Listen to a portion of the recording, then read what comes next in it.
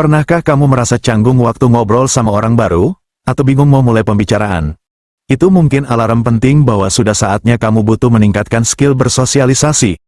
Tenang, di video ini, kita bahas 10 tips simpel meningkatkan skill bersosialisasi, yang bisa langsung kamu praktikkan. Kita tak hanya sekadar kasih tips, tapi kita bedah tuntas rahasia di balik skill bersosialisasi yang efektif, berdasarkan riset psikologi dan pengalaman praktis.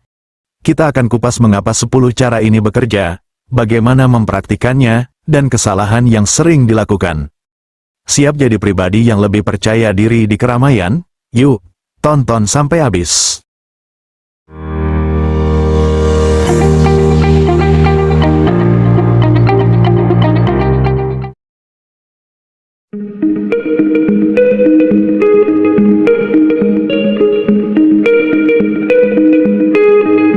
Cara pertama, jadilah pendengar aktif. Bersosialisasi itu tidak cuma soal bicara, tapi juga mendengar. Fokuslah pada lawan bicara, tatap matanya, dan beri respons seperti anggukan atau komentar singkat, misalnya, "Oh, serius?" Atau, "Lalu gimana kelanjutannya?" Dengan jadi pendengar baik, orang lain akan merasa dihargai dan lebih nyaman dekat denganmu. Bayangkan kamu adalah detektif yang sedang mengumpulkan petunjuk. Jadi pendengar aktif itu seperti menyimak setiap detail dari lawan bicara, nada suara, ekspresi, bahkan kata-kata yang diulang. Seperti saat kamu menonton film favorit, kamu fokus sampai nggak sadar dunia sekitar hilang, begitu juga saat mendengar, beri perhatian penuh. Orang akan merasa spesial, dan obrolan pun mengalir alami. Mengapa jadi pendengar yang baik itu penting? Studi Harvard tahun 2022 membuktikan, orang yang mendengar aktif, dianggap 34% lebih menarik. Ini karena otak kita melepaskan hormon oksitosin saat merasa didengar. Apa yang salah ketika mendengarkan orang lain? Fake listening, mengangguk tapi pikiran kemana-mana. Atau terlalu fokus menyiapkan respons, bukan memahami. Tips meningkatkan skill menjadi pendengar yang baik. Teknik 3M. Mata, lakukan kontak mata 60-70%, tapi ingat, terlalu intens bisa creepy.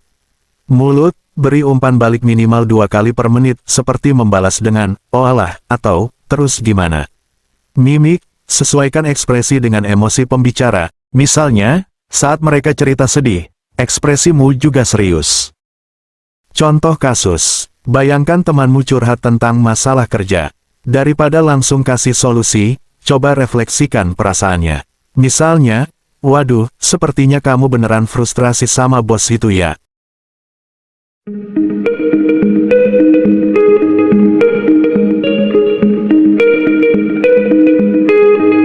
Bahasa tubuh adalah sinyal tanpa kata-kata. Hindari menyilangkan tangan, tegakkan postur tubuh, dan sesekali tersenyum. Saat kamu duduk dengan santai dan bahu tegap, orang akan melihatmu sebagai pribadi yang ramah dan percaya diri. Bahasa tubuhmu adalah papan reklame diri kamu. Kalau papan reklame tertutup atau kusut, orang akan lewat begitu saja. Tapi kalau terbuka dan menarik, mereka akan mampir. Seperti toko yang pasang tulisan buka. Begitupun bahasa tubuhmu, buka tangan, tatap mata, dan condongkan tubuh sedikit ke depan. Ini tanda kamu siap bertransaksi secara sosial. Fakta ilmiahnya, penelitian Amy Cuddy dari Harvard menunjukkan, postur power pose tangan di pinggang, dan dada terbuka selama 2 menit, bisa meningkatkan testosteron hormon kepercayaan diri hingga 20%. Kesalahan umum atau bahasa tubuh yang buruk ketika bersosialisasi. Menyilangkan tangan, ini adalah sinyal defensif. Atau main HP saat ngobrol, kamu dianggap tidak respek. Latihan praktis untuk memperbaiki bahasa tubuh. Pertama, teknik cermin. Tiru sedikit bahasa tubuh lawan bicara, seperti mereka tersenyum kamu ikut senyum. Ini membangun raport bawah sadar. Kedua, aturan 90 derajat, condongkan tubuh 10-15 derajat ke arah lawan bicara sebagai sinyal ketertarikan.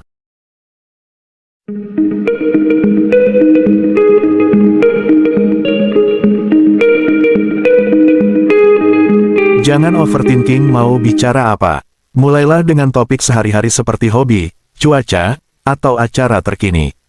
Misalnya, kemarin nonton film Jumbo nggak, seru banget ya. Topik sederhana ini bisa jadi gerbang untuk obrolan lebih dalam.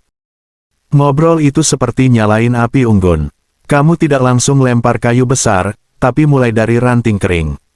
Topik ringan itu seperti ranting, gampang dibakar, cepat panas, dan jadi dasar untuk api yang lebih besar.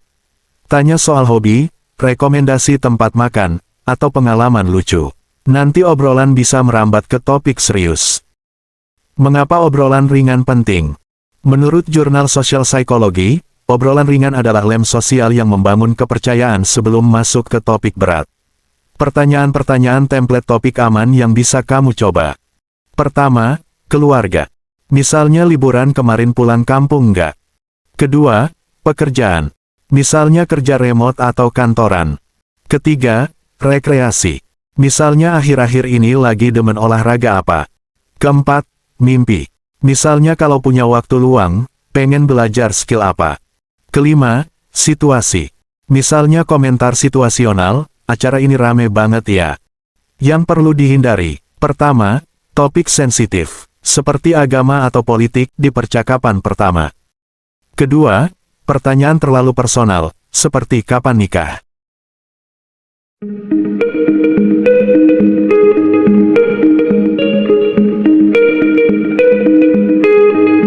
Empati adalah kunci hubungan yang bermakna. Coba pahami perasaan lawan bicara dan respon dengan kalimat seperti, "Aku ngerti kok perasaanmu, pasti berat ya." Ini bikin orang lain merasa didukung dan hubunganmu pun makin kuat. Empati itu seperti trampolin. Saat orang curhat, mereka ingin melompat ke atas trampolin dan merasa didorong, bukan dijatuhkan. Misal, temanmu gagal di pekerjaan. Jangan bilang, "Ah, itu karena kamu kurang usaha." Tapi coba bilang, "Aku ngerti ini pasti ngeselin, tapi aku yakin kamu bisa bangkit lagi." Dengan begitu, mereka merasa aman untuk melompat lebih tinggi. Berikut adalah level empati. Pertama, kognitif. Memahami sudut pandang orang, seperti, kamu pasti capek setelah lembur seminggu. Kedua, emosional. Merasakan perasaan mereka, seperti ikut sedih saat mereka gagal. Ketiga, kompasionat. Tawarkan bantuan, seperti, aku bisa bantu apa enggak. Tips latihan pengambilan perspektif untuk melatih empatimu. Tulis 3 kemungkinan alasan di balik sikap seseorang. Contoh, dia diam saat meeting, mungkin karena grogi presentasi, kurang persiapan, atau ada masalah pribadi.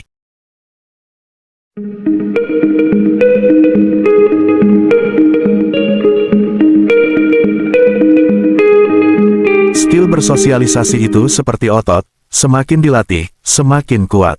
Coba ikut komunitas baru, datangi acara sosial, atau sekadar menyapa tetangga. Awali dengan target kecil, misal, hari ini, aku akan ngobrol dengan 1 orang baru. Zona nyaman itu seperti kolam renang dangkal. Nyaman, tapi tidak bisa belajar berenang. Kalau mau mahir sosialisasi, masuklah ke kolam dewasa. Pertama kali masuk, mungkin kedinginan atau takut. Tapi semakin sering, kamu akan menemukan gaya berenangmu sendiri. Mulai dari acara kecil, lalu perlahan hadiri event besar. Psikolog klinis Dr. Tejiwani menyarankan, keluar zona nyaman 5% setiap hari. Cara ini dikenal dengan Tejiwani Effect. Contoh, introvert, mulai ngobrol dengan kasir, 1-2 kalimat. Atau takut berbicara di depan umum, rekam video pidato 1 menit. Tahapan eksposur yang kamu lakukan. Pertama, observasi, lihat orang lain bersosialisasi. Kedua, latihan di lingkungan aman, seperti keluarga. Ketiga, terapkan di situasi nyata.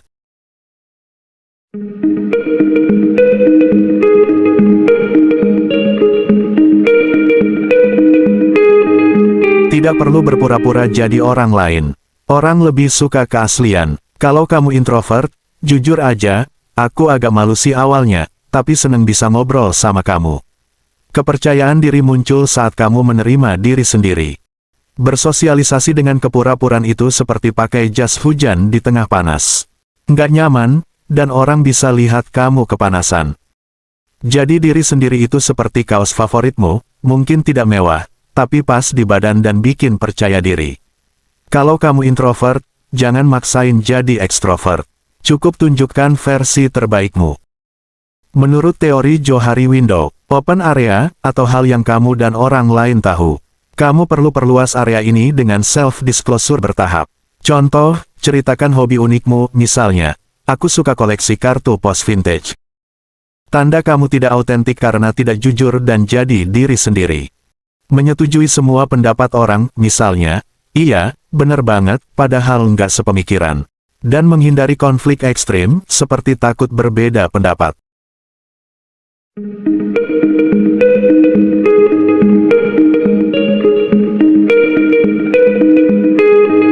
Perhatikan tanda-tanda sosial, misal, lawan bicara terus lihat jam. Mungkin dia buru-buru, atau dia diam saat kamu bahas topik tertentu. Segera ganti topik. Sensitif terhadap situasi bikin kamu dianggap pribadi yang peka. Membaca situasi sosial itu seperti perakiraan cuaca. Sebelum keluar rumah, kamu cek, hujan atau cerah. Kalau lawan bicaramu mulai sering lihat jam atau jawab singkat, itu awan gelap tanda hujan. Segera akhiri obrolan atau ganti topik. Jadi, kamu nggak kehujanan penolakan. Berikut indikator ketidaktertarikan seseorang saat berkomunikasi. Pertama, kaki atau tubuh menghadap ke pintu. Kedua, jawaban singkat seperti, iya, atau tidak. Ketiga, tatapan kosong. Solusinya, gunakan teknik pivot. Alihkan topik atau akhiri percakapan dengan elegan. Contoh, sepertinya kamu lagi sibuk ya. Nanti kita lanjut lagi kalau ada waktu.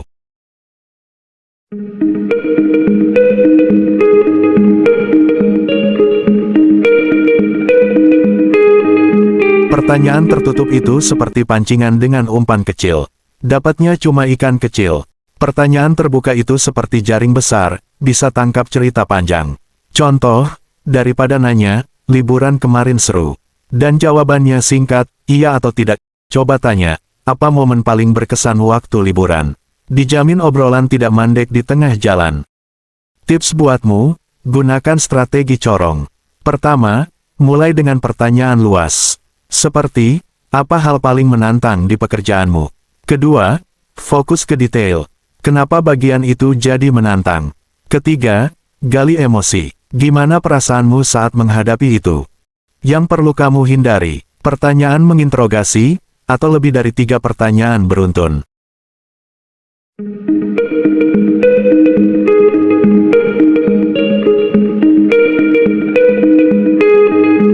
Tidak semua interaksi akan berjalan mulus.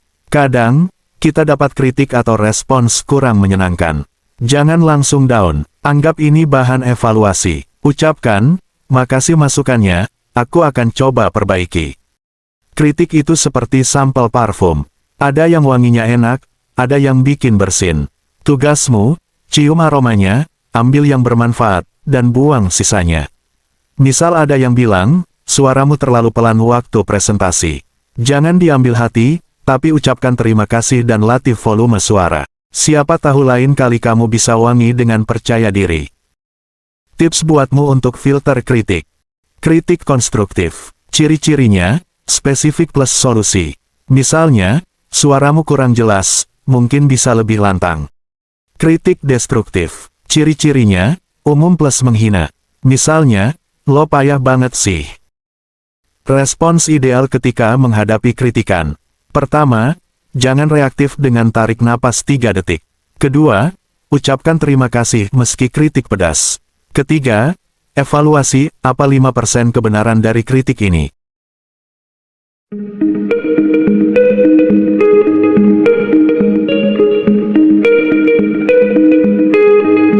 Kunci utama, ulangi terus. Semakin sering kamu bersosialisasi, semakin natural rasanya.